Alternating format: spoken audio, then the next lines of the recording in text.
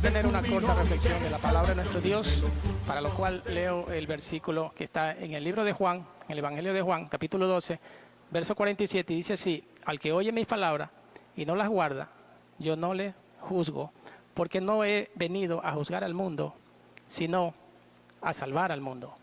Bien, dice el Señor, que el que no guarda su palabra, dice, yo he venido al mundo para que todo aquel que cree en mí no permanezca en tinieblas, sino que al que oye mis palabras y no las guarda, yo no lo juzgo, porque no he venido a juzgar al mundo. O sea, la palabra del Señor es la que nos va a juzgar.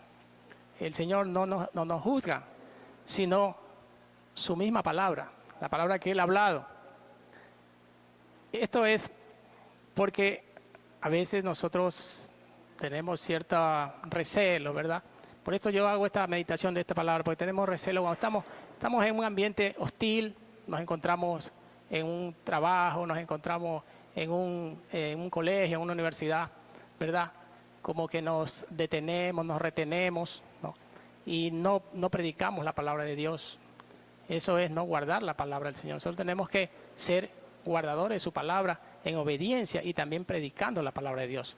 Entonces, el Señor nos menciona esto, que el que no guarda su palabra, pues está haciendo incorrectamente, está en tinieblas, ¿verdad?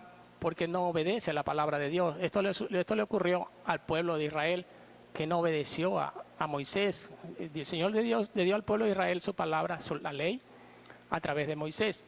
Ahora el Señor nos da su palabra a través de Jesucristo. Él dice en su palabra que Él vino y que Él nos da de lo que el Padre le dio. Mandamiento que el Padre me dio, dice el Señor. Eso es lo que Él nos da para nosotros. Y pues nosotros tenemos que obedecer esa palabra, guardar esa palabra. Dice el Señor que mi pueblo perece por falta de conocimiento. ¿Por qué? Porque a veces nos dedicamos a un trabajo, a una profesión, y nos dedicamos profundamente a eso, ¿verdad? Y la palabra de Dios como que la rechazamos, como que la dejamos a un lado, ¿verdad? Dice también en Isaías capítulo 5, verso 24, dice que el pueblo no guardó su palabra, que abominó la palabra de Dios, ¿verdad? Que rechazó la palabra de Dios, rechazó la palabra de Jehová de los ejércitos, y eso al Señor le desagradó. En cambio tenemos un ejemplo de David, el rey David. Él amaba la palabra de Dios. Dice, oh, cuánto amo tu palabra, dice en el Salmo 109. Dice, oh, cuánto amo yo tu palabra. Todo el día es ella mi meditación. Entonces, mire cómo este hombre, por eso Dios lo bendijo tanto, ¿no? Porque él guardaba la palabra de Dios. En cambio, nosotros muchas veces en la actualidad nos dedicamos a una profesión, a un trabajo, a una actividad, pero nos dedicamos solo a eso y nos olvidamos de Dios, nos olvidamos las cosas de Dios. Estamos como el hombre que edificó graneros y ya tuvo éxito con sus graneros, entonces se dedicó a hacer otros más grandes, ¿verdad? Y así también estamos muchas veces en la vida profesional.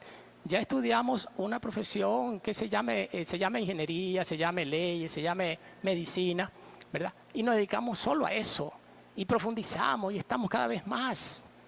Pero la palabra de Dios la hacemos a un lado, la rechazamos, no le ponemos la debida atención.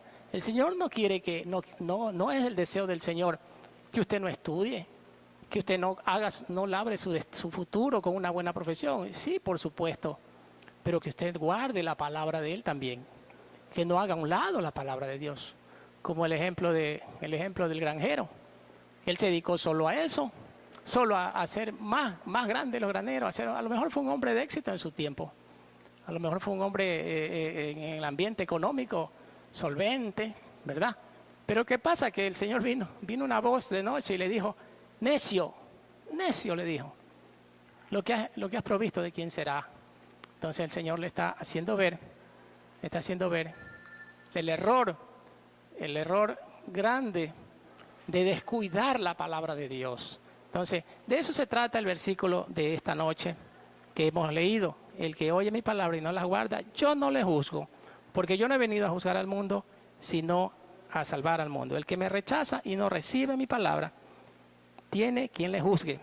La palabra que he hablado, ella le juzgará en el día postrero. Hay gran voz de júbilo y de salvación.